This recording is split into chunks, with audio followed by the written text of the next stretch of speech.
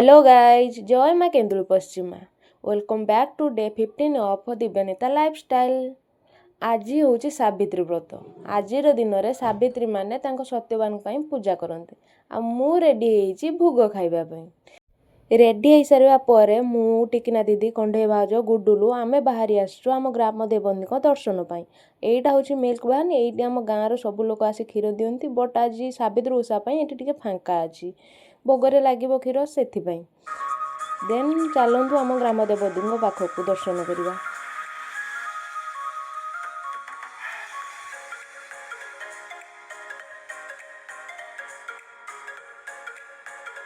ମାଆଙ୍କୁ ନାଲି ଫୁଲ ଦେବୁ ବୋଲି ଆମେ ସେଇ ମନ୍ଦିର ପାଖର ଜଣେ ଭାଉଜଙ୍କ ଘରକୁ ପଳେଇ ଆସିଛୁ।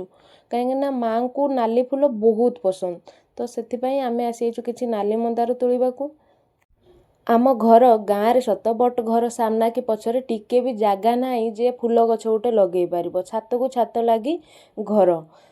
ଦେନ୍ ଏଇଠି ଆମ ମାଆଙ୍କୁ ଦେଖନ୍ତୁ, ମା କେନ୍ଦୁଳି ପଶ୍ଚିମା। ମାଆଙ୍କ ବିଷୟରେ ମୁଁ କ'ଣ କହିବି, ସେ ତ ଆମ ସମସ୍ତଙ୍କ ମା। ସବୁବେଳେ ସମସ୍ତଙ୍କୁ ଘଣ୍ଟ ଘୋଡ଼େଇକି ରଖିଛନ୍ତି। ମାଆଙ୍କୁ ଦର୍ଶନ କରିକି ଆମେ ଅଳ୍ପ ସମୟରେ ସେଠି ପଳେଇ ଆସିଥିଲୁ, କାରଣ ଏପଟେ ପୁଣି ନନା ଆସିଯିବେ, ପୂଜା କରିବାର ଅଛି। କ'ଣ ସାବିତ୍ରୀ ପାଇଁ ବାହାରି ସାରିଲଣି? ଚାଲିଛି ଆଉ, ଯିବା ଏବେ ସଜାସଜି ଚାଲିଛି, ଯିବା ଆଉ। ହଁ, ସଜେଇ ଦିଅ, ଯିବା।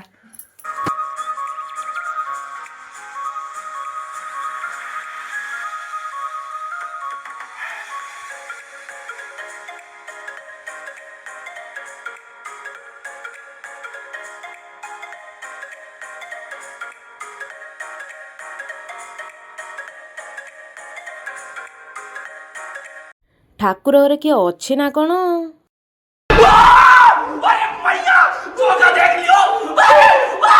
ଦେନ୍ ନନା ଆସିଯାଇଛନ୍ତି, ତ ସେଥିପାଇଁ ଭାଉଜ, ବଡ଼ ବୋଉ, ସାନ ବୋଉ ସବୁ ଜିନିଷ ସଜଉଛନ୍ତି ପୂଜା ପାଇଁ। କାହିଁକି ନା ସମସ୍ତେ ଗୋଟିଏ ଜାଗାରେ ପୂଜା କରିବେ, ତ ସେଥିପାଇଁ ନନା ଆସିସାରିଲା ପରେ ସମସ୍ତେ ସେଠି ଜିନିଷ ସଜଉଛନ୍ତି।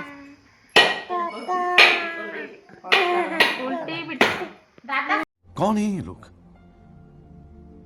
कहां से आते हैं? ଦେନ୍ ଆମର ପୂଜା ଆରମ୍ଭ ହେଇଯାଇଛି। ଆଉ ସାବିତ୍ରୀଙ୍କ ପୂଜା, ସାବିତ୍ରୀଙ୍କ ବହି ପଢ଼ାଯିବନି, ସେଇଟା କ'ଣ ହେଇପାରିବ? ତାପରେ ଭାଉଜମାନେ ବସିକି ସାବିତ୍ରୀଙ୍କ ବହି ପଢ଼ିଲେ।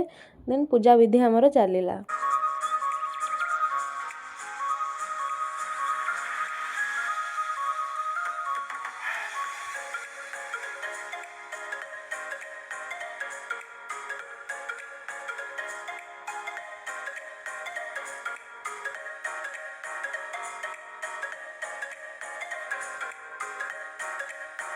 ପୂଜା ପରେ ସବୁ ଘରକୁ ଯାଇକି ଭୋଜ ଚାଉଳ ନେଇକି ଆସିଲେ ଦେବା ପାଇଁ ନନାଙ୍କୁ। କାରଣ ଏଇଟା ଗୋଟେ ବିଧି ଅଛି, ଯେକୌଣସି ବ୍ରାହ୍ମଣ ଆସି ପୂଜା କରିସାରିଲେ ତାଙ୍କୁ ଭୋଜ ଚାଉଳ ଆଉ ଦକ୍ଷିଣା ଦେଇ ବିଦା କରାଯାଏ। ଏଇଟା ହେଉଛି ଗୋଟେ ବ୍ରାହ୍ମଣମାନଙ୍କର ପ୍ରାପ୍ୟ। ଏଇଥିରେ କେବେ ବି ଅବହେଳା କରିବା କଥା ନୁହେଁ।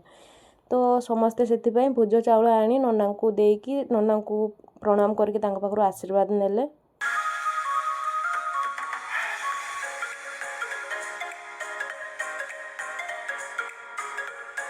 ଏତେ କାମ ସରିଲା ବେଳକୁ ଗରମରେ ମୋ ହାଲତ ପୁରା ଖରାପ। କରେଣ୍ଟ ନଥିଲା, ଝାଳ ଖାଲି ଗମ ଗମ ହେଇକି ବୋହି ଯାଉଛି। ମୁଁ କେବଳ ଭିଡ଼ିଓ ସୁଟ୍ କରିବା ପାଇଁ ଏ ଝାଳରେ ବସିଯାଇଛି। ଏବେ ସମୟ ହେଉଛି ଆମ ସାବିତ୍ରୀମାନଙ୍କ ସଜବାଜ ପାଇଁ। ସେଇଥିପାଇଁ ପୂଜା ଶାଢ଼ୀକୁ ସମସ୍ତେ ନେଇକି ବାହାରିଲେ ସଜ ହେବା ପାଇଁ। ଫେର ସଜ ହୋଇସାରିଲା ପରେ ତାଙ୍କ ସତ୍ୟବାନମାନଙ୍କୁ ପୂଜା କରିବେ।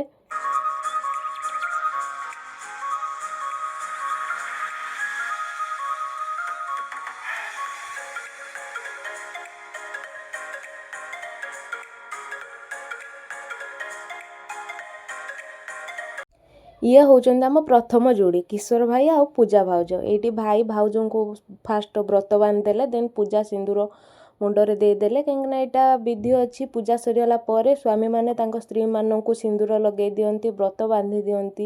ମୁଣ୍ଡିଆ ଗୋଟେ ପାଇଛି ବୋଲି ଛୁଆର କି ଖୁସି। ନେକ୍ସଟ କପଲ୍ ହେଉଛନ୍ତି ଆମର ଭାଇ ଆଉ ସୀମା ଭାଉଜ।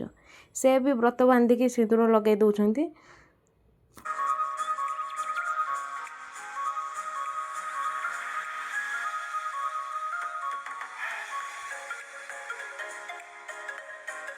ଥାର୍ଡ଼ ଯୋଡ଼ି ହେଉଛନ୍ତି ଆମର ଟିକିନା ଦିଦି ଆଉ ନରହରି ଭାଇ। ଏ ଦୁଇ ଜଣ ସବୁବେଳେ ମ୍ୟାଚିଂ କରିକି ପିନ୍ଧନ୍ତି ବୋଲି ମୁଁ ତାଙ୍କୁ ଶୁଆଶାରୀ ବୋଲି ଡାକେ। ଆଜି ସାବିତ୍ରୀ ବ୍ରତରେ ବି ଛାଡ଼ି ନାହାନ୍ତି।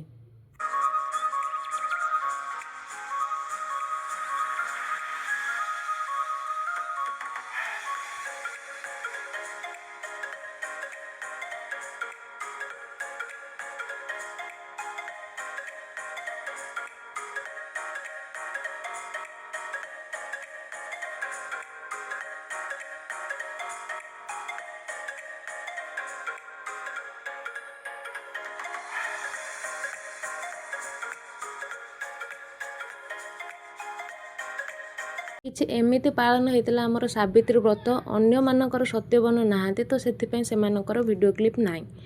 ଆଜି ପାଇଁ ଏତିକି। ଯଦି ଭିଡ଼ିଓଟି ଭଲ ଲାଗିଥିବ ତାହେଲେ ନିହାତି ଲାଇକ୍, କମେଣ୍ଟ, ସେୟାର, ସବସ୍କ୍ରାଇବ୍ ସହିତ ପାଖରେ ଥିବା ବେଲ୍ ଆଇକନ୍କୁ ପ୍ରେସ୍ କରିବେ। ରହିଲି, ଜୟ ଜଗନ୍ନାଥ।